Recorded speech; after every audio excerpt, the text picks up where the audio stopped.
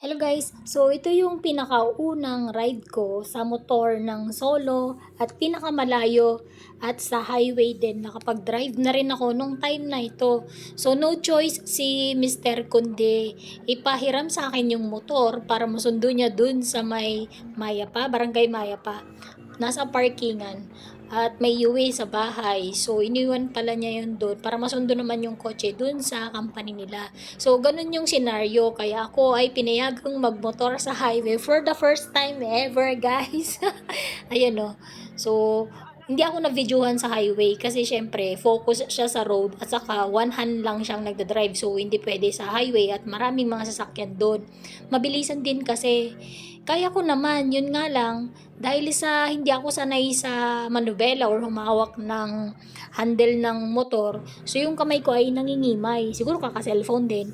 At hindi siya sanay sa yung tamang pihit doon sa silinyador kapag liliko, mga ganun. So doon ako pumalya guys at ako'y napagalitan ni boss. Muntik na kasi akong sumemplang doon sa may pati line. So, 'di ba merong intersection yung cross. So, yun naman ay T line siya. So, kakanan ako. Yun nga lang, since ako yung nasa unahan na kakanan, ako'y napapihit sa silinyador at muntik na akong sumemplang doon, guys. 'Di ba? So, may mga experiences talaga na kailangan pagdaanan, pero kailangan doble ingat talaga kapag ka mag-drive ka or magmomotor. So, ayan no. Ang dami ko nang nasabi. Tuloy-tuloy pala 'yan. Itong daan naman na 'to ay sa na Philinvest na. So, sa private road na 'to kaya walang masyadong traffic at saka dire-diretso lang.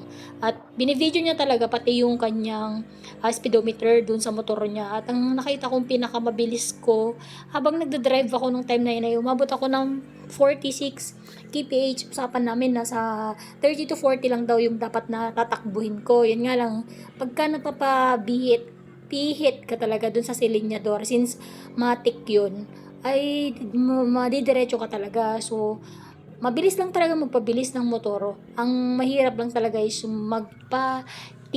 So, kaya kailangan ay aralin yun pareho or aralin yun yung biglang tigil at saka syempre focus sa daan. So, ayan guys, sa mga marunong magmotor dyan, mga lady rider, saludo ako sa inyo dahil nakakaya nyo sa highway. Mahirap talagang mag-drive sa highway. As in, ang dami mong kailangan i-consider. Yung left and right na daan, tapos yung mga kasabayan mo pa doon sa kahilera mo na lane. So, yun lang guys. Salamat sa panonood lagi ng aking mga video. At tapusin sana ito hanggang sa dulo. Bye!